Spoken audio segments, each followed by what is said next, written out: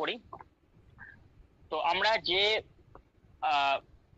নাটকটা আজকে বেছে নিয়েছি সেটা হচ্ছে কালিদাসের অভিজ্ঞান স্বতন্ত্র নাটক। আমি তিনটে বিষয়কে সামনে রেখে, আচ্ছা ক্লিয়ার শোনা যাচ্ছে আমার কথা? হ্যাঁ স্যার।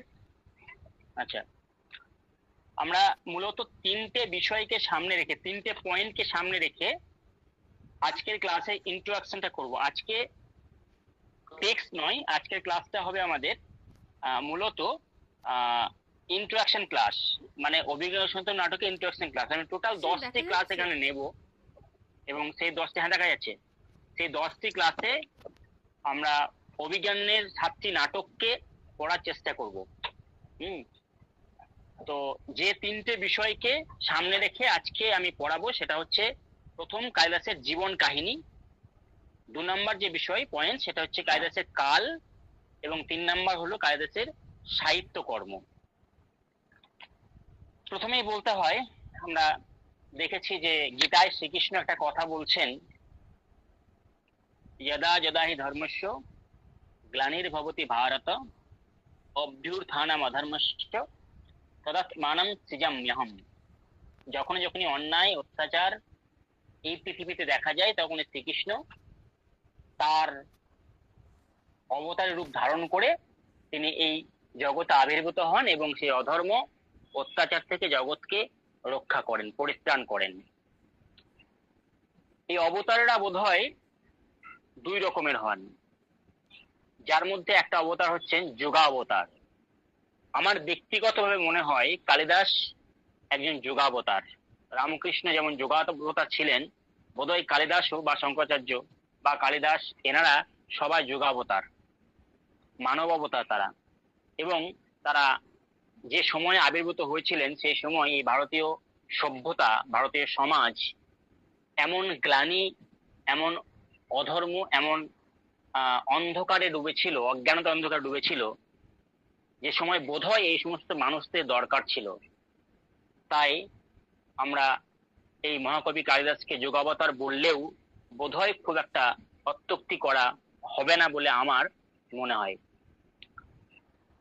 তো কালিদাসের জীবন কাহিনী নিয়ে আমরা যেটুকুই আলোচনা করব পুরোটাই কাল্পনিক, কারণ মহাপুরুষেরা তাদের জীবন সম্পর্কে, মানে সংস্কৃত সাহিত্যে মহাপুরুষেরা তাদের জীবন সম্পর্কে সেরকম স্পষ্ট ধারণা কোথাও দিয়ে যাননি, কোথাও না। একটি কাল্পনিক ছবি এঁকে আমরা মনের ক্যানভাসে তাদেরকে জায়গা করে দিতে পারি, মাত্র এইটুকু আমরা পারি। তো সেই এরকম উপকাহিনী বা কাহিনী অন্তরালে হয়তো কালিদাসের জীবন কাহিনী কিছুটা ধরা আছে বলে মনে হয়। আমরা প্রত্যেকে জানি একটা গল্প, প্রত্যেকে আমরা জানি যে মহাকবি কালিদাস উজ্জয়িনীর বাসিন্দা ছিলেন, সেখানেকার রাজকন্যা একজন ছিলেন, পরবর্তীকালে তার নামকরণ করা হচ্ছে শোভনা। তো তিনি বিবাহযোগ্য হয়েছেন। আমরা গল্পটা অনেকে কম বেশি জানি, আমি ছোট্ট করে বলছি। বিবাহযোগ্য হয়েছেন। আমরা এখন কিন্তু ওই জীবন কাহিনী নিয়ে আলোচনা করছি কালিদাসে, কাল্পনিক জীবন কাহিনী অবভিয়াসলি, কারণ কাল্পনিকতার ছোঁয়া ছাড়া অন্তত এই সমস্ত যোগাবতারদের জীবন কাহিনীকে আমরা কোনোভাবেই আমাদের মনের ক্যানভাসে আমরা আঁকতে পারবো না, সেজন্য আমরা কাল্পনিক জীবন কাহিনী বলবো। তো রাজকন্যা বিবাহযোগ্য হয়েছেন, তার পিতাকে তিনি জানালেন, পিতা স্বয়ম্বর সভা আয়োজন করলেন। সেই স্বয়ম্বর সভায় বড় বড় পৃথিবীর পণ্ডিত যারা ব্যক্তি আছেন, যারা রাজা আছেন, রাজপুত্র আছেন, তারা আবির্ভূত হলেন। কিন্তু ভাগ্যের নির্মম পরিহাসে, পরিহাস কিনা আমরা জানি না, তিনি কারো গলায় মালা দিলেন না।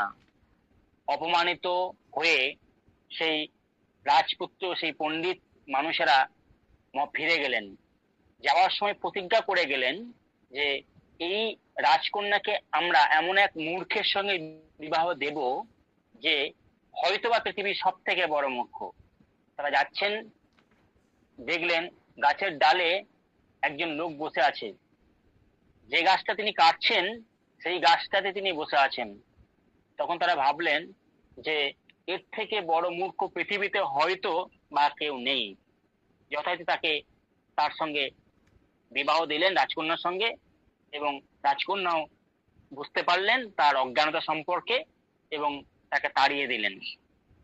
কালিদাস, মহাকবি কালিদাস সে জায়গায় দাঁড়িয়ে কালিদাস নামে যে কালিদাস পরিচিত ছিলেন সেই কালিদাস বেরিয়ে গেলেন বাড়ি থেকে এবং আত্মহত্যার জন্য তিনি নদীতে ঝাঁপ দিতে যাচ্ছেন। পুরোটাই কাল্পনিক কাহিনী অবভিয়াসলি। তখন বাক দেবী, সরস্বতী বাক দেবী তাকে ধরলেন, আশীর্বাদ করলেন, তুই পৃথিবীর শ্রেষ্ঠ কবিতে পরিণত হবি।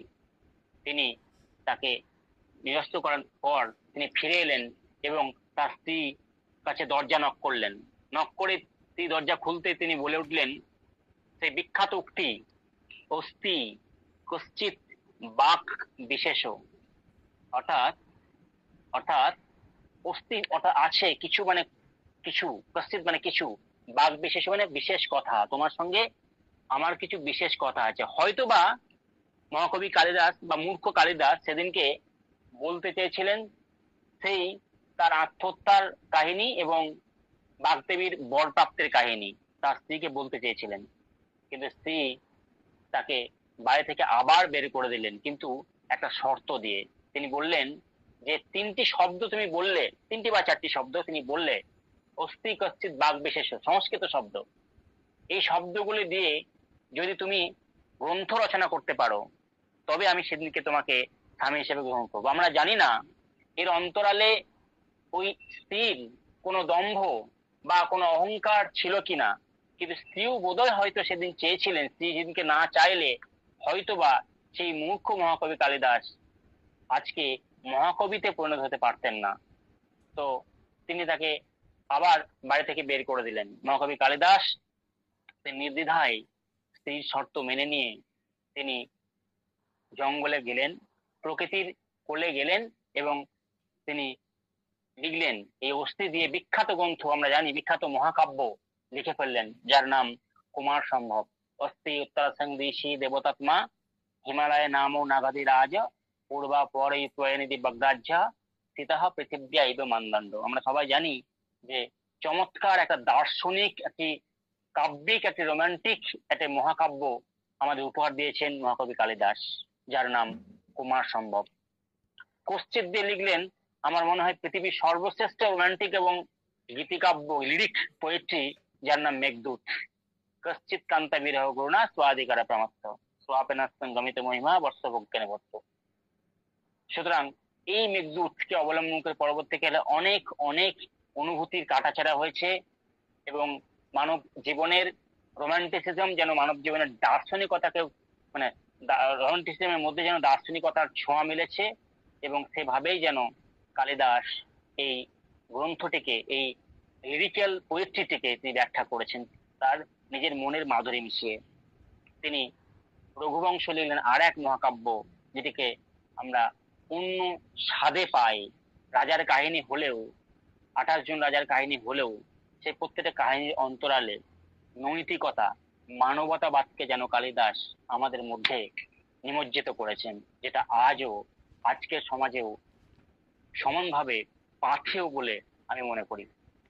সুতরাং এই যে মহাকাব্য লিখলেন এবং তারপর ঋতুসংহারের এই শ্লোকগুলো নিয়ে অনেক কন্ট্রোভার্সি আছে। কেউ বলে যে প্রথম শ্লোক বিশেষ দিয়ে শুরু হচ্ছে, বিশেষাস্তমন্তা ইব। যাই হোক, তিনি এই তিনটি বা চারটি প্রথমে গ্রন্থ রচনা করলেন এবং তারপরে বিখ্যাত তিনটি দৃশ্যকাব্য রচনা করলেন। কালিদাসের অবভিয়াসলি নাটক একটি, দৃশ্যকাব্য তিনটি। নাটক একমাত্র অভিজ্ঞান শকুন্তলম। যদি আমরা বিচার করি শাস্ত্রের প্রিজমে, এগুলিকে শাস্ত্রের মাপকাঠি যদি আমরা এগুলোকে বিচার করি, তাহলে দেখব যে কালিদাসের তিনটে দৃশ্যকাব্য, অবভিয়াসলি তিনটে দৃশ্যকাব্য, কিন্তু এই দৃশ্যকাব্যে তো অনেক ভাগ আছে। দৃশ্যকাব্যের মধ্যে এই অভিজ্ঞান শকুন্তলম হচ্ছে একমাত্র নাটক।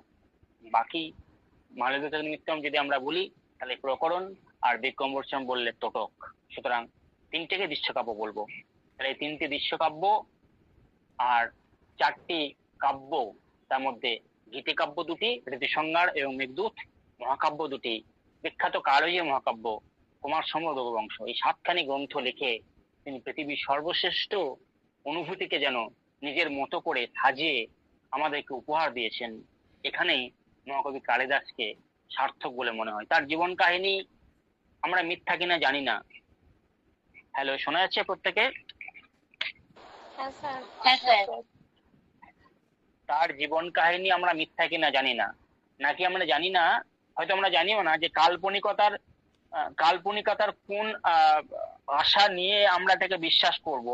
কিন্তু এইটুকু বলতে পারি, কাল্পনিক হলেও অথবা কিছুটা বাস্তবতা থাকলেও এই মানুষটির অনুভূতি যে আমাদের সমাজে পরতে পরতে একটা জায়গা করে নিয়েছে, জায়গা করে নেবে, আগামী দিনেও যদি আমরা কালিদাসকে বুঝতে পারি, তাহলে বোধহয় আমাদের সমাজের, আমাদের মনের অনুভূতিতে জায়গা করে নেবে। কারণ আমাদের আজকের জীবনে আমরা প্রত্যেকটা মানুষ যে কোনো জায়গায় আমরা মুক্তি, আনন্দ, হতাশায় জর্জরিত হয়ে মুক্তি খুঁজছি, সুখ খুঁজছি। তো সেই সুখের সাগরে ডুব দিয়ে মুক্ত আনতে পারে বোধহয় কালিদাসের এই 7টি গ্রন্থ। এবং পৃথিবীর সর্বশ্রেষ্ঠ নাটক রূপে কালিদাসের এই নাটকটাকে আমরা রাখতেই পারি। যাই হোক, এই গ্রন্থগুলো ছাড়াও কালিদাসের নামে আরো কিছু গ্রন্থ আছে, যেগুলো শুধু বলা হয়, কিন্তু কালিদাসী কিনা সেটা নিয়ে অনেক কন্ট্রোভার্সি আছে। তো এই যে কালিদাসের প্রশস্তি সম্পর্কে অনেক কিছু জানা যায়। আমরা জানি যে কালিদাসের প্রশস্তি সম্পর্কে একটা শ্লোক প্রাচীনকালে প্রচলন আছে যে পুরা কবিনাং গণনা প্রসঙ্গে কনিষ্ঠিকাধিষ্ঠিত কালিদাসা অদ্যাপি তৎতুল্যম কবের অভাবাদ অনামিকার স্বার্থবতী বহু।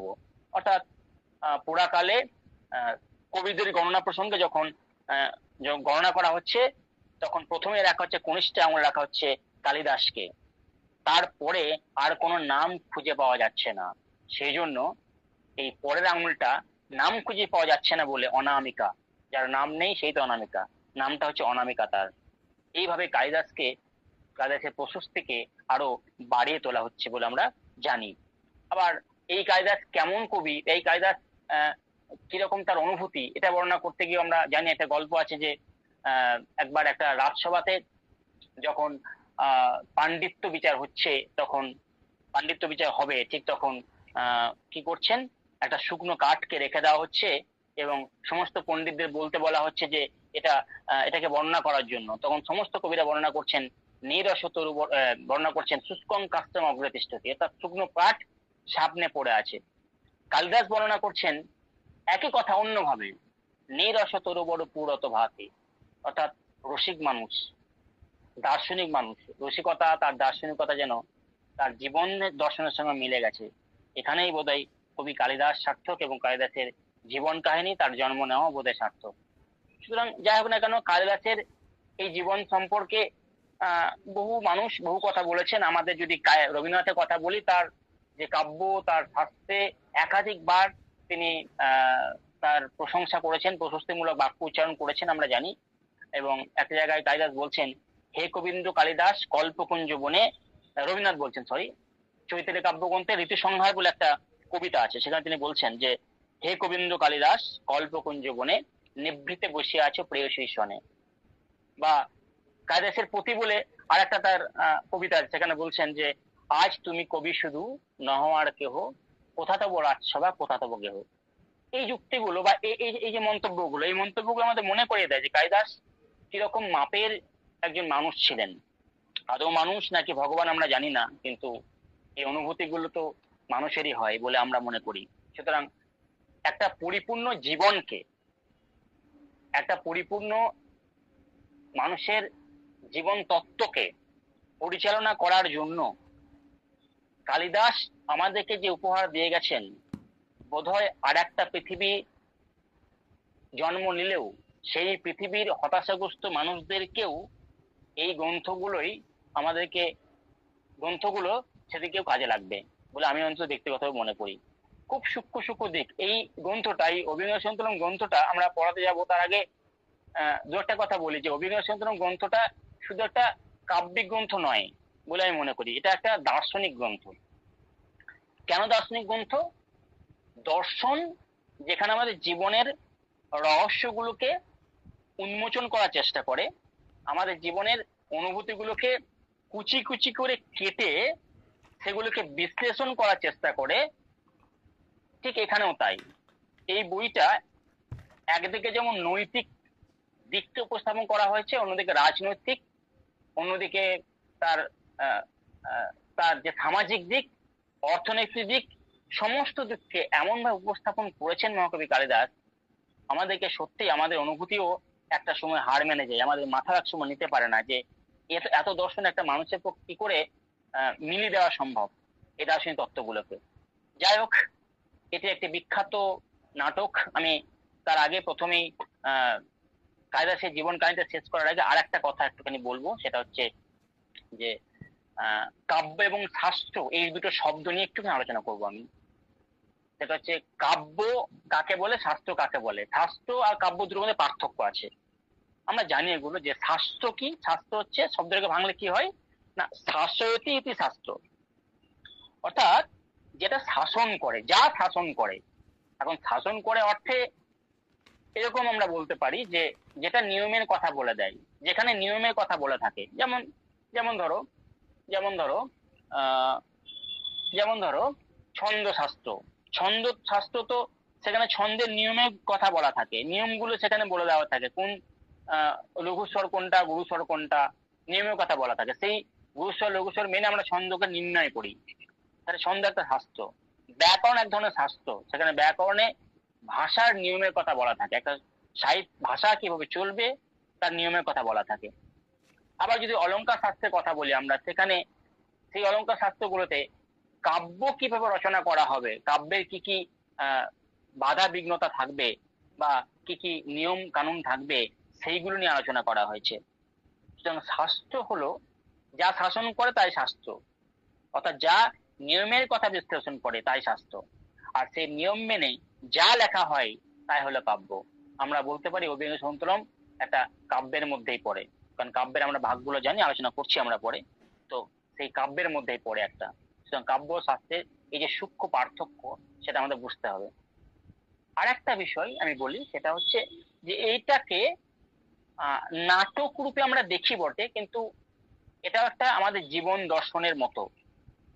কারণ আমরা হয়তো এই নাটকের উপরে একটা আস্তরণ দেখবো, যে আস্তরণে দুজন মানুষের প্রেম কাহিনীকে উপস্থাপন করা হয়েছে, কিন্তু ভিতরে ফুলগোধারার মতো দর্শন প্রবাহিত হয়েছে।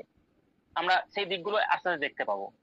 যেমন কিরকম বিষয়গুলো, আমরা যখন কোনো অনুষ্ঠানে গিফট দিই কাউকে, তখন রঙিন র্যাপারে মুড়ে সেটাকে দিই, রঙিন র্যাপারে সেটাকে আমরা মুড়ে দিই। রঙিন র্যাপারটা চকচক করে উপর থেকে, সেটা কিন্তু আসল গিফট নয়। গিফট কোথায় থাকে? গিফট ওই রঙিন র্যাপারের নিচে, অর্থাৎ তলে ভিতরে থাকে, যেটা হয়তো বা অতটা চকচক করে না। এই অভিজ্ঞান সন্তরম নাটকের যে উপরটা, অর্থাৎ এই নাটকের যে গল্পটা, প্রেম কাহিনীটাকে আমাদের সামনে খুব সরসতার সঙ্গে উপস্থাপন করা হয়েছে। এটা হচ্ছে একটা রঙিন ব্যাপার, আমাদের জীবনের রঙিন ব্যাপার। কিন্তু এর আসল দর্শনটা লুকিয়ে আছে এই অভিনয় নাটকের প্রতিটি অনুভূতিকে আমরা বিশ্লেষণ করি তার ছত্রছায়ায়। ফুলগু ধারার মতো এই নাটকের প্রেম কাহিনীর অন্তরালে ফুলগু ধারার মতো বয়ে গেছে একটা জীবন দর্শন। সেই দর্শনটা কিন্তু আমাদের জীবনের আসল উপহার, যেটা কালিদাস আমাদেরকে তার এই শব্দ দিয়ে, তার এই এখানেই বোধ হয় কালিদাস সার্থক। কালিদাস তিনি জন্মগ্রহণ করুন আবার পৃথিবীতে, এই পৃথিবীতে আমরা এটা চাই, কারণ কালিদাসের মতো মানুষদের দরকার এই পৃথিবীতে। হয়তো আহ রবীন্দ্রনাথও এক জায়গায় লিখছেন তার চৈতালি কাব্যগ্রন্থে, জীবন মন্থন বিষ নিজে করি পান, অমৃত যা উঠেছিল করে গেছো দান। অমৃতই তো আমাদের জীবন দর্শনের জন্য, আমরা তো পৃথিবীর এক প্রান্ত থেকে অন্য প্রান্ত ছুটে বেড়াই। সুতরাং অমৃতই তো, অমৃতের আস্বাদনই তো আমরা ছুটে বেড়াই। অমৃতের পুত্রেরা তো অমৃতের আস্বাদনে ছুটে বেড়াবে। আর সেই অমৃতের এক বিন্দু অমৃত হলেও কালিদাস কিন্তু আমাদের পান করিয়েছেন তার কাব্য, তার শাস্ত্রের, তার দর্শনের মধ্যে।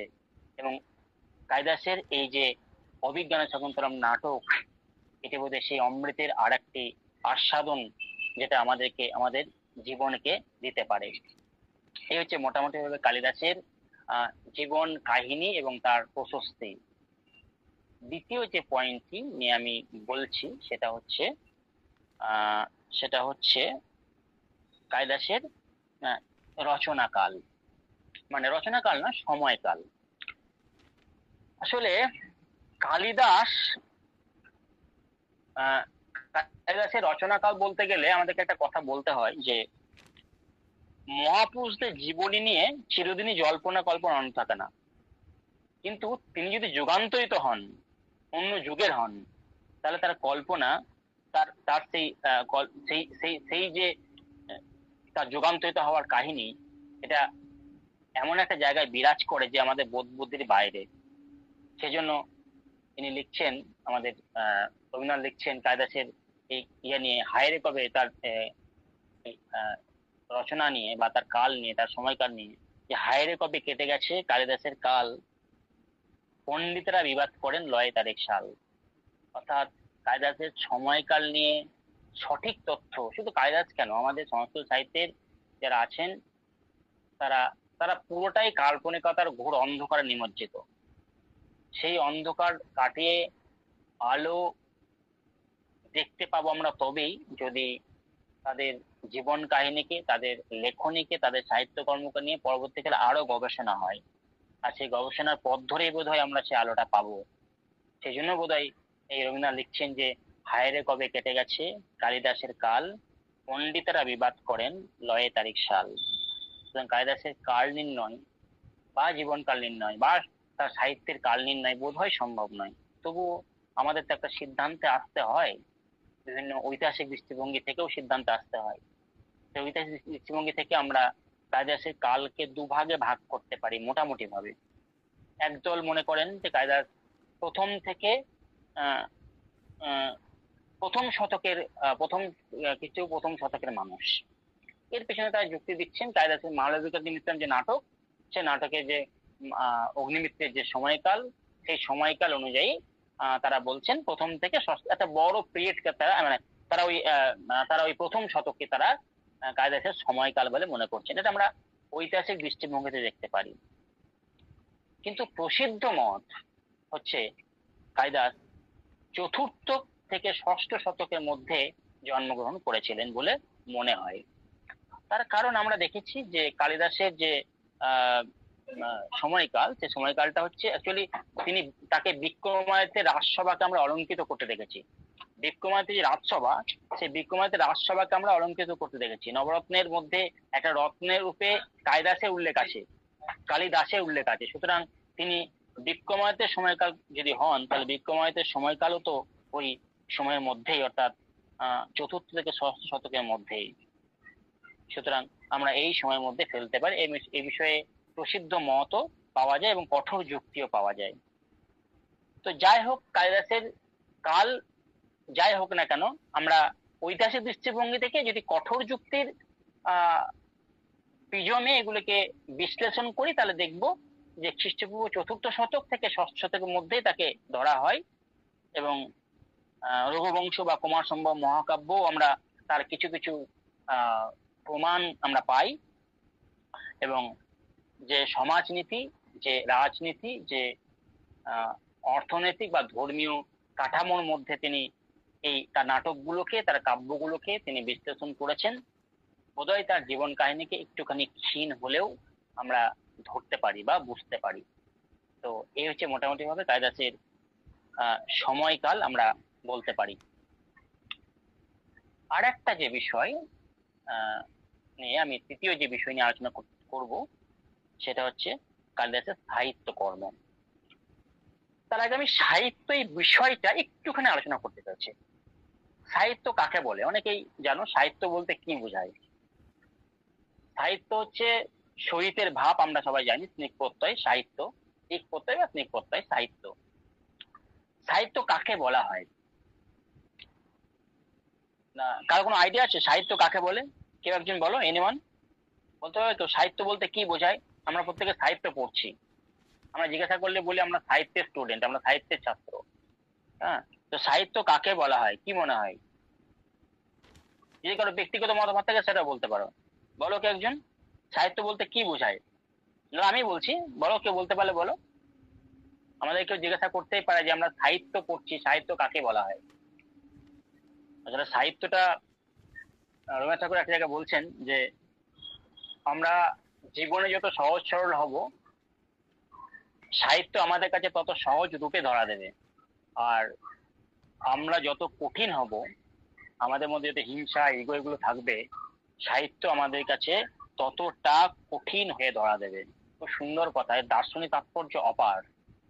যাই হোক, সাহিত্য কাকে বলে? দেখো, সাহিত্য কি এটা বুঝতে গেলে না আমাদের বুঝতে হবে শিল্পকে, আর্ট। সাহিত্য একটা আর্ট। কিন্তু মানুষ তার মনের যে ভাব, সেই ভাবকে বিভিন্ন ভাবে প্রকাশ করে। মানুষের মনে সবসময় একটা সুন্দরের কল্পনা চলছে, কিন্তু সবসময় একটা সুন্দরের কল্পনা চলছে।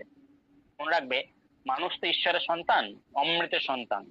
সত্য শিব সুন্দররূপী যে পরমাত্মা, সেখান থেকেই তার জন্ম। দীর্ঘ পথ অতিক্রম করে সেখানেই সে আবার মিশে যাবে। ঈশ্বর বলতে কি বোঝায়? আমরা ঈশ্বর উপনিষদের ঈশ্বর শব্দ পড়েছি। এখন ঈশ্বর শব্দ তৈরি হয়েছে কি করে? যদি আমরা খুব সূক্ষ্মভাবে দেখি, তাহলে দেখবো ঈশ্বর শব্দ ওখানে বরজ প্রত্যয় আছে। ঈশ্বর যুক্ত বরজ প্রত্যয় করে ঈশ্বর শব্দ তৈরি হয়। অর্থাৎ সুন্দরের উপাসনা। এই জগতে আমরা প্রত্যেকটা মানুষ প্রতি মুহূর্তে সুন্দরের উপাসনা করছি।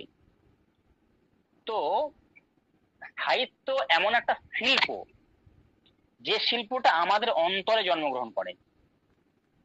আমাদের প্রত্যেকটা মানুষ প্রতি মুহূর্তে আমাদের ভিতরে বেশ কিছু সুন্দর জিনিস আছে, সুন্দর অনুভূতি আছে। সেই অনুভূতিগুলোকে যখন আমরা প্রকাশ করি, সেই প্রকাশ করাটাকেই বলা হয় শিল্প। আবার বলি, এই পৃথিবীতে জন্মগ্রহণ করার পরে আমরা যখন এই প্রকৃতির সঙ্গে মিশে যাই, বিবর্তনের পথে আমাদের ভিতরে বেশ কিছু সুন্দর বাস করেন। সেই সুন্দরগুলোকে মানুষ প্রকাশ করতে চায়। সেই সুন্দরটা যখন সে প্রকাশ করে, বিভিন্ন মাধ্যম দিয়ে করে। এই প্রত্যেকটা মাধ্যমকে শিল্প বলা হয়। কেউ হয়তো তার সুন্দরটাকে, তার ভালো লাগাটাকে, তার অনুভূতিটাকে কবিতা লিখে প্রকাশ করতে পারে, কেউ ছবি এঁকে, কেউ গান গেয়ে, কেউ বা নেচে নৃত্যের মাধ্যমে, কেউ বা সাহিত্যের মাধ্যমে প্রকাশ করতে পারে। সেই অনেকগুলো আছে, শিল্প আছে আমাদের সংস্কৃত সাহিত্যে, যেমন স্থাপত্য, ভাস্কর্য, নৃত্য, গীত। ঠিক সেরকম একটা শিল্প। তাহলে সাহিত্য যদি আমরা খুব এক কথায় বলি, তাহলে বলবো যে আমাদের মনের সুন্দরের প্রকাশ যে শিল্পের মধ্য দিয়ে হয়, সেই শিল্পকেই সাহিত্য বলা হয়। তাহলে দেখো, শুধু লেখালেখিটা সাহিত্য নয়। কেউ হয়তো ভালো কবিতা বলতে পারে, সেটাও কিন্তু একটা সাহিত্য। অর্থাৎ মানুষের মনের সুন্দরের প্রকাশ যে অনুভূতির মধ্য দিয়ে হয়, তাই সাহিত্য। কালিদাস বোধহয় এই বিষয়টাকে পরতে পরতে বুঝিয়ে দিয়েছেন, তার প্রত্যেকটা শব্দের মধ্য দিয়ে বুঝিয়ে দিয়েছেন। আমরা দেখবো যে অভিনয় সন্ত নাটক আমাদের জীবনের কতটা গভীরে লুকিয়ে আছে। সুতরাং তার সাহিত্যকর্ম বিচার করতে গেলে, ওই জন্যই আমি বললাম প্রথমে, এই সাহিত্য বিষয়টাকে আমাদের বুঝতে হবে। সাহিত্যকর্ম আমরা জানি সবাই যে মোটামুটি ভাবে ফেমাস এবং খুব প্রসিদ্ধ 7টি গ্রন্থ। তার মধ্যে আমি এখানে লিখেছি নাটক বলে, যদিও ওদিকে পরে বললাম, নাটক বলে লিখেছি এখানে, যে অভিজ্ঞান শকুন্তলম, মালবিক নিমিত্তম, বিক্রমবর্ষীয়ম। আর মহাকাব্য হচ্ছে রঘুবংশ এবং কুমার সম্ভব। খণ্ডকাব্য হচ্ছে মেঘদূত এবং ঋতুসংহার। এগুলো হচ্ছে খণ্ডকাব্য। এই হচ্ছে মোটামুটি তার সাহিত্যকর্ম। এই যে সাহিত্যকর্ম। এবার আমরা অভিজ্ঞান শকুন্তলম নাটকে দেখে চোখ ফেরাবো। তো অভিজ্ঞানের দিকে আমাদের মন ফেরানোর আগে আমাদের বুঝতে হবে অভিজ্ঞান শকুন্তলমটা একটা নাটক। তো নাটক কাকে বলে? যদি আমরা নাটকের তাত্ত্বিক বিশ্লেষণে যাই, তাহলে দেখবো বিশ্বনাথ খুব সুন্দর ভাবে তিনি বলছেন যে বাক্যম রসাত্মকম কাব্যম, এবং কাব্যে দুটো ভাগ, দৃশ্যকাব্য এবং শ্রব্যকাব্য। দৃশ্যকাব্যের মধ্যে রূপক আর উপরূপক। রূপকের প্রথম ভাগের নাম হচ্ছে নাটক। আমরা জানি নাটকের তিনি তারপরে 10টা লক্ষণ তিনি দিয়েছেন খুব সুন্দরভাবে। ওখানে যে দেখবে নাটকের 10টা লক্ষণ তিনি খুব সুন্দরভাবে দিয়েছেন। সাহিত্যকার বিশ্লেষণ করেছেন খুব সুন্দরভাবে প্রতিফলিত হতে দেখি এই অভিজ্ঞান শকুন্তলম নাটকের মধ্যে। সেটা তাত্ত্বিক বিষয়। আচ্ছা, আমি যদি তাত্ত্বিক বিষয় ছেড়ে একটু ব্যবহারিক দৃষ্টিকোণ থেকে নাটক কাকে বলে বিচার করতে পারি, তাহলে বোধহয় এই বইটা পড়াটা আমাদের পক্ষে সুবিধা হবে। আমি প্রথমে একটা কথা বললাম রবীন্দ্রনাথের ভাষাতে, যে সাহিত্য বুঝতে গেলে আমাদের মনটাকে প্রথমে সহজ সরল করতে হবে। কারণ মনের সরলতায়, মনের সহজতায় সাহিত্য আমাদের কাছে সহজ সরল রূপে ধরা দেবে। সুতরাং আমাদের মনটাকে, আমাদের অনুভূতিটাকে, আমাদের হৃদয়টাকে যদি আমরা উদার করতে পারি, আমাদের বড় আমির দিকে আমরা যদি ধাবিত হতে পারি, তাহলে আমরা দেখব যে আহ এই নাটকটা আমাদের কাছে সুন্দরভাবে ধরা দেবে। তো নাটকটাকে যদি আমরা একটু অন্য অ্যাঙ্গেলে বিচার করি, তাত্ত্বিক দৃষ্টি ছেড়ে যদি আমরা বিচার করি ব্যবহারিক দৃষ্টিকোণ থেকে, তাহলে দেখবে একটা গল্পের দ্বারা বিষয়টাকে প্রকাশ করা যেতে পারে। ধরো তুমি তুমি একটা সুন্দর চারা গাছ তুমি আনলে, তোমার বাগানে তুমি পুঁতলে অনেক আশা নিয়ে, মনে তোমার অনেক আশা, সেখানে ফুল হবে, সেখানে ফল হবে, তোমার মনে অফুরন্ত একটা উত্তেজনা, অফুরন্ত একটা আনন্দ, একটা আশা, ভরসা কাজ করছে। তুমি বীজ পুঁতলে, চারা গাছ নয়, বীজ পুঁতলে, তুমি 2-4 দিন বাগান দিয়ে যাচ্ছ, হঠাৎ করে তোমার চোখে পড়লো যে আচ্ছা ওটা অঙ্কুরোদ্গম হয়েছে। দেখবে অটোমেটিকলি প্রথম অঙ্কুরোদ্গমে তোমার ভিতরেও একটা পয়লা অনুভূতি, আনন্দ অনুভূতি জন্ম হবে। মানুষ যখন নিজে কোনো কাজ করে, তার যখন ফল পাওয়া যায়, একটা বাচ্চা ছেলে যখন প্রথম অঙ্ক করে, তখনও তার ক্ষেত্রে কিন্তু সেই অনুভূতিটা কাজ করে, সেই আনন্দটা, সেই স্ফুরণটা কিন্তু কাজ করে। তো আমাদেরও হয় সেটা। সুতরাং যখন অঙ্কুরোদ্গম হলো, তোমার মনে পয়লা কিন্তু একটা আনন্দের স্ফুরণ ঘটবে। তারপর ভালো করে শুনবে বিষয়টা, আমি এই পুরো ছাঁচটাকে পুরো অভিজ্ঞানের মধ্যে ফেলবো, সেজন্য বিষয়টা প্রথমে একটু শুনি ভালো করে। তো তারপরে তুমি 2 দিন গেলে না বাগান দিয়ে, 2 দিন পরে গিয়ে আবার দেখছো যে হয়তো একটা ছাগলে সেই বিয়েটা অঙ্কুরোদ্গমটা নষ্ট করে দিয়েছে। তোমার মাইন্ডটা কিন্তু আবার ডাউন হয়ে যাবে, একদম মন খারাপের চূড়ান্ত পর্যায়ে তুমি পৌঁছে যাবে। 2 দিন তুমি গেলেই না, 2 দিন পর আবার দেখলে যে আবার যেন পাতা মানে হয়েছে, অঙ্কুরোদ্গম হয়ে এটা গাছটা বড় হয়ে যেন হালকা পাতা গজিয়েছে, কচি পাতা গজিয়েছে। তোমার মাইন্ডটা এক ধাক্কায় কিন্তু আবার অনেকটা উঠে যাবে। খেয়াল করো, যে মাইন্ডটা একদম মন খারাপের তলানিতে থেকে গেছিল, সে মাইন্ডটা তোমার আবার উপরে উঠে গেল। একটা সময় তুমি আবার গেলে না, 2 দিন পরে গিয়ে দেখলে আবার একটা গরুতে সেটা নষ্ট করে পাতা মুড়িয়ে খেয়ে ফেলেছে। তোমার মাইন্ডটা এত নিচেতে নেমে যাবে, তুমি ভাবতে পারবে না। কিন্তু তুমি আশা ভরসা সবই ছেড়ে দিলে, সব দেওয়া সম্ভব নয়, কোনোভাবেই সম্ভব নয়। আর যে গাছটা একদম মারা গেছে, গরুতে মুড়িয়ে খেয়ে ফেলেছে, সেটাকে আর বাঁচানো সম্ভব নয়। তোমার মধ্যে বিন্দুমাত্র আশা নেই, তুমি আর গেলে না। 1 মাস পরে গিয়ে দেখলে হয়তো ওই গাছটাই ফুল ফলে মহিয়ান হয়ে তোমার সামনে দাঁড়িয়ে আছে। তো মাইন্ডটা এক ঝটকায় উঁচুতে উঠে যাবে। আমার মনে হয় যে নির্ঝরের স্বপ্নভঙ্গটা মনে পড়ছে আমার, রবীন্দ্রনাথ ঠাকুর খুব সুন্দরভাবে গাইছেন, আজি প্রভাতে রবির পর কেমন পশিল কানের পর। এই যে নির্ঝরের স্বপ্নভঙ্গ হয়, আমার মনে হয় এই পরিস্থিতিতেই মানুষের হয়, এই অনুভূতিতেই হয়। এবার আমরা যদি এই ছাঁচটাকে, এই যে মনের ভাঙা গড়া, ভাঙতে মন একদম গড়ে ফেললো নিজেকে, অর্থাৎ দুঃখ পেতে জীবনের নেগেটিভিটি, জীবনের ঋণাত্মক ধারণা, এগুলোর মধ্য দিয়ে একটা চূড়ান্ত পর্যায়ে মানুষের যে চলা, মানুষের যে পাওয়া, এই পাওয়াটাই বোধহয় নাটকও চাই। দেখবে আমাদের জীবনটা তো নাটক, শেক্সপিয়ারের বিখ্যাত উক্তি আমরা জানি সবাই, যে world is stage, man is actor, god is director, life is drama. আমরা সবাই জানি বিষয়টা। সুতরাং বলা হচ্ছে যে দেখো এবার তুমি নাটকে ফিরে এসো। আমি যে কথাটা বললাম, আমরা দেখছি অভিজ্ঞানে কি হচ্ছে। অভিজ্ঞানে হচ্ছে কি, প্রথমে দুষ্যন্ত আসছেন, তাদের মধ্যে একটা রোমান্টিসিজমের জন্ম হচ্ছে, অর্থাৎ বীজযুক্ত হচ্ছে। যে চারা গাছটা, যে রোমান্টিসিজমের বীজ নিয়ে তুমি চারা গাছটা পুঁতেছিলে, দুষ্যন্ত শকুন্তলা দুজনেই যেন রোমান্টিসিজমের চারা গাছটা বপন করেছিল প্রথম অঙ্কেই। তারপরে একটু একটু করে যখন বাড়তে থাকলো সেই রোমান্টিসিজমের চারা গাছটা, তখন সেই চারা গাছটা বড় হতে থাকলো। একটা সময় কি হলো না, দুর্বাসার অভিশাপে ভেঙে চুরে চুরমার হয়ে গেল সেই কচি পাতাওয়ালা সেই চারা গাছটি, তাদের রোমান্টিসিজমের চারা গাছটি। আশা ভরসা কিছুই নেই, শান্তি হারিয়ে গেছে। তারপর যখন মনে পড়লো তখন আর কিছু করার নেই, দুষ্যন্ত কিছু করার নেই, শকুন্তলারও কিছু করার নেই। একটা সময় গিয়ে আমরা দেখলাম ফুল ফলে মহিয়ান হয়ে দাঁড়িয়ে আছেন সপ্তম অঙ্কে সেই দুষ্যন্ত শকুন্তলা, যাদের মিলন হচ্ছে। আমরা দেখেছি এই যে নাটক, এই নাটকে টোটাল 7টা অঙ্ক আছে এবং 7টা অঙ্কে 7টা নাম আছে।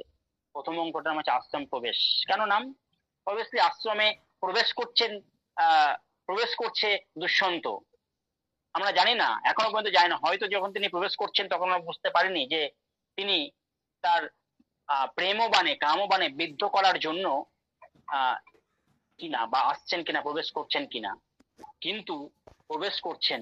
আশ্রম প্রবেশ শব্দটা দুটো অর্থ, একটা তিনি তিনি সারদাকে সঙ্গে নিয়ে প্রবেশ করছেন, অন্যদিকে যেন কাম বাণ নিয়ে তিনি প্রবেশ করছেন এই আশ্রমের মধ্যে। এটি প্রবেশ শব্দের তাৎপর্য। তারপর নিবেশ, আশ্রম প্রবেশে পরে দ্বিতীয় অঙ্কের নাম আমরা জানি। এই নামটা কিন্তু কালিদাস নিজে করেননি। আবার বলি, অভিজ্ঞানতরম বইটা পড়তে গেলে এই বইটা জন্য রেফারেন্স 2-3টে বই পড়তে হয়। তার মধ্যে একটা হচ্ছে শকুন্তলা তত্ত্ব, সেই চন্দ্রনাথ বসুর লেখা, খুব ভালো একটা রেফারেন্স বই, সংস্কৃত বুক ডিপো থেকে বেরিয়েছিল। যদি পারো বইটা একটু পড়ো, খুব চমৎকার বই। আর প্রাচীন সাহিত্য রবীন্দ্রনাথ ঠাকুরের বিখ্যাত বই, যেটা না পড়লে আমার মনে হয় অভিজ্ঞান সন্তরম বইটা কোনো সার্থকতা থাকে না। বোধহয় এই বইটাই আমাদের পড়াটাকে আরো উৎসেচক যোগায়। সুতরাং এই বইটা খুব ইম্পর্টেন্ট বই। যাই হোক, প্রথম অঙ্কের নাম হচ্ছে আশ্রম প্রবেশ, দ্বিতীয় অঙ্কে আশ্রম নিবেশ, তৃতীয় অঙ্কে হচ্ছে আশ্রম নিবেশ। নিবেশ মানে যেখানে মনটা কায়দাস দেখাচ্ছেন মনটা যেন শকুন্তলার মধ্যে ফিরছে, আস্তে আস্তে নিবেশ করছে, তাহলে আশ্রম নিবেশ। তৃতীয় অঙ্ক আমরা জানি শৃঙ্গার, রোমান্টিসিজমের একদম চূড়ান্ত পর্যায়ে যেন পৌঁছে যাচ্ছেন দুই দুই মানুষ। এখন এই মানুষটাই যে পরবর্তীকালের কারা আমি আলোচনা করব যখন দার্শনিক তত্ত্ব আলোচনা করব। অ্যাকচুয়ালি এখানে দুষ্যন্ত শকুন্তলাকে পরবর্তীকালে যারা সমালোচক আছেন বা যারা পরবর্তীকালে ব্যাখ্যা করছেন, এরাই নাকি জীবাত্মা পরমাত্মা। এখানে পরমাত্মা জীবাত্মার একটা মিলনকে দেখানো হচ্ছে ওই তৃতীয় অঙ্কে। তারপরে আশ্রম প্রবেশ, আশ্রম নিবেশ, তারপর শৃঙ্গার, তারপর বিদায় আমরা বলতে পারি। এটা বিদা নামকরণ করছেন তিনি। অর্থাৎ বিদায় হচ্ছে, আমরা দেখছি চতুর্থ অঙ্কে শকুন্তলার আশ্রম থেকে বিদায় হচ্ছে। পঞ্চম অঙ্কে প্রত্যাখ্যান হয়ে যাচ্ছেন তিনি, ওই জন্য তার নাম প্রত্যাখ্যান। ষষ্ঠ অঙ্কে আংটি ফিরে পেয়ে যেন অনুতাপ করছেন, পশ্চাৎ মানে পরে, তাপ মানে অনুতাপ করছেন দুষ্যন্ত। আর লাস্টে গিয়ে যেন মিলন হচ্ছে। এই যেন যে চারা গাছটি আমার অনেক স্বপ্ন নিয়ে আমি নিয়ে এসেছিলাম, সেই চারা গাছটি ভাঙতে যেমন একটা বিশাল মহিরুহে পরিণত হলো। বোধহয় দুষ্যন্ত শকুন্তলার পোঁতা প্রথম অঙ্কের চারা গাছটি সপ্তম অঙ্কে যেন বিশাল একটা মহিরুহে পরিণত হয়েছে। আর একটা বিষয় যেটা আমরা লক্ষ্য করি, মেঘদূতের নিরিখে যদি বিচার করি, মেঘদূতের যে পূর্ব মেঘ এবং উত্তর মেঘ ছিল, সেখানে যেমন ছিল ঠিক এখানেও তাই হয়েছে। আমরা যদি খুব সুন্দরভাবে দেখি, ওখানে যেমন মেঘদূতে যেমন কুবেরের অভিশাপে অভিশপ্ত হয়ে নির্বাসিত হয়েছিলেন যক্ষ এবং প্রিয়া। যক্ষ নির্বাসিত হচ্ছেন, প্রিয়া অন্য জায়গায়, অর্থাৎ নির্বাসনটা ইফেক্ট দুজনের মধ্যে পড়ছে। ঠিক সেরকম একটা বাধা আবার এখানেও দেখছি, দুর্বাসা মুনি দুজনকে মিলতে দিচ্ছেন না। আচ্ছা, আমরা কি বলতে পারি না যে দুর্বাসার অভিশাপের আগের যে জীবন দুষ্যন্ত শকুন্তলার, এটা পূর্ব মেঘ তাদের জীবনের, আর দুর্বাসা অভিশাপের পরের যে জীবন একদম মিলন পর্যন্ত বিস্তৃত, সেটা কি উত্তর মেঘ আমরা বলতে পারি না? যার আড়ালে যার মাঝখানে আছে একটা বিশাল বড় পাঁচিল, দুর্বাসা অভিশাপের পাঁচিল। ওখানে যেমন কুবেরের অভিশাপ ছিল, এখানেও পাঁচিল। এই পাঁচিলটা দিলেন কেন মহাকবি কালিদাস? আসলে এই নাটকটার মূল বিষয়বস্তু আমরা একটা জায়গা থেকে পাইনি, আমরা পেয়েছি, যেমন বললাম প্রথমেই যে চারটে জায়গা থেকে পেয়েছি আমরা। একটা মহাভারতের আদি পর্বের আহ আদি পর্বের 71 থেকে 74তম যে অধ্যায় আছে, সেই অধ্যায়ের দুষ্যন্ত শকুন্তলা যে উপাখ্যান আছে সেখান থেকে পেয়েছে। এই কাহিনী জাতকেও ছিল, কট্টহরি জাতক নামে একটা জাতক আছে, সেখানে অন্যভাবে থাকলেও সেখানেও ছিল, আমরা জানি। এই কাহিনী পদ্ম পুরাণে ছিল। এই একই কাহিনী কিছুটা বীজ অবভিয়াসলি রামায়ণেও ছিল, আংটির ঘটনা। সুতরাং চারটে জায়গা থেকে তিনি নিয়েছেন, কিন্তু দুর্বাস অভিশাপ কোথাও ছিল না। কালিদাস যেন মানে সত্য শিব সুন্দরের পূজারী নিজে তিনি। তাই তিনি কি করেছেন, জীবনকে সরল রূপে নয়, একটা আঁকা বাঁকা পথে, যে পথে একবার চারা গাছ নষ্ট হয়ে যাবে, একবার গরুতে খাবে, একবার ছাগলে খাবে, লাস্টে গিয়ে ভাঙতে ভাঙতে ভাঙতে গিয়ে একটা একটা একটা ফুল ফল মোহিত চারা গাছ যেন বিশাল মহিরুহে পরিণত হবে। এটাই কালিদাস চেয়েছিলেন। কালিদাস এরকম চাননি জীবন যদি সরল হতো তাহলে তো এটা উপন্যাস হতো। যদি এটাকে তিনি দেখাতেন এইভাবে যে দুষ্যন্ত গেলেন, শকুন্তলা গেলেন, আর তার সঙ্গে তিনি চিনলেন, কোনো অভিশাপ নেই, মিলন হয়ে গেল, এটাও উপন্যাস হতো। কিন্তু নাটক হতো না। নাটক সেটাই, আমাদের জীবনও তাই। আমাদের জীবন একটা বড় নাটক। যে নাটকটাই থাকে জীবনের ভাঙা গড়া, সে ভাঙা গড়াকে দেখিয়ে কালিদাস আমাদেরকে ছোট আঙুল দিয়ে দেখিয়ে দিয়েছেন যে জীবন যেমন সরল পথে চলে না, নাটকও সরল পথে চলে না, কারণ জীবন নাটকেরই অংশ। আমাদের জীবনে একটা নাটক। সুতরাং এইভাবে কিন্তু তিনি একটা চারা গাছে উদাহরণ দিয়ে আমরা বলতে পারি যে এইভাবে কিন্তু ভাঙা গড়ার মধ্য দিয়ে দুঃখ দুঃখ নিবৃত্তি এবং শেষে আনন্দ প্রাপ্তির কথা কিন্তু বলা হচ্ছে। এইভাবে কিন্তু এই নাটকটাকে একটা অন্য জায়গায় অন্য মাত্রা দেওয়া হচ্ছে। সুতরাং তার সাহিত্যকর্মে যদি আমরা বাকিগুলো বাদও দিই, যদি আমরা শুধুমাত্র এই অংশটুকুকেও দেখি, এই এই অভিজ্ঞানটাকে দেখি, অভিজ্ঞানকে আমরা শুধু একটা কাব্যিক রোমান্টিক সিজমে ভরা একটি কাব্যিক অনুভূতির বিচার করলে চলবে না। আমরা প্রত্যেকটা ছত্রে ছত্রে দেখবো কালিদাস আমাদেরকে শিখিয়েছেন আমাদের জীবনে প্রতি মুহূর্তে কিভাবে আমাদেরকে জীবনে চলতে হবে, আমাদের জীবনটা সুন্দর হয়ে উঠবে। সুন্দর উপাসনায় আমরা প্রত্যেকটা মানুষ ছুটছি, হিমালয় থেকে কন্যাকুমারী পর্যন্ত ছুটছি আমরা। সে আনন্দ এখানেই পাওয়া যায়। কালিদাস সেটাই দেখিয়েছেন। যারা যারা রোমান্টিসিজমের স্বাদ নেবে তা যেমন স্বাদ পাবে, যারা দার্শনিকতার স্বাদ নেবে, অনুভূতির স্বাদ নেবে, সে স্বাদও কিন্তু তিনি প্রত্যেকটা জায়গাতে উপমা কাদেশস্য ভারবের অর্থ গৌরবম দণ্ডিনা পদলারিত্য মাগে সন্তি তয় গুণা। এই যে উপমা কাদেশস্য এমনি এমনি বলা হয়নি। এই নাটকটা যদি বিখ্যাত না হতো তাহলে বোধ হয় বটতলে পড়ে থাকতো, কেউ পড়তো না।